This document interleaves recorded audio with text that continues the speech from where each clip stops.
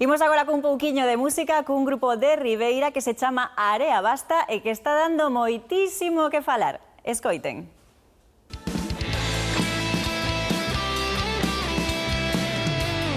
Son novos, teñen entre 15 e 26 anos e o virtuosismo é a súa principal carta de presentación.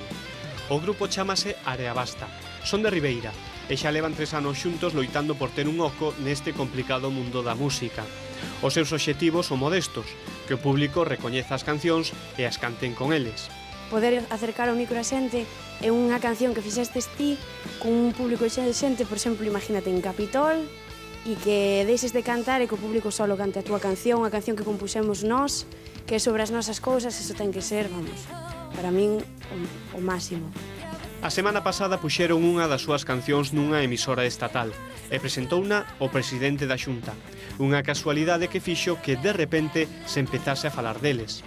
Polo menos que unha persona, o presidente, como o presidente da Xunta, nos tuvera que escoitar e saber un pouco da nosa historia, pois queiras que non, se do partido que sexa, é unha axuda.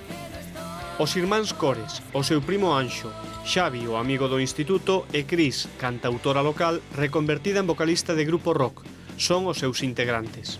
Escoitáronme e, despois de tomar un par de cervezas e negociar un pouco, pois metime no grupo tamén, porque eu tiña moitas ganas de estar nun grupo de rock que é moito máis divertido que o de cantautor.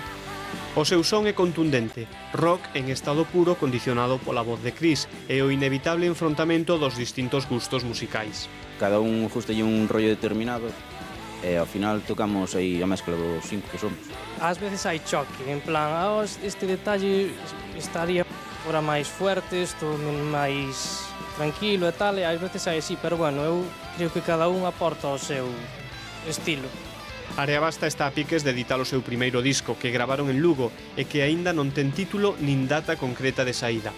Agardan que o rebumbio mediático montado ao seu redor os últimos días lle sirva como carta de presentación para este traballo, no que poñen toda a súa ilusión.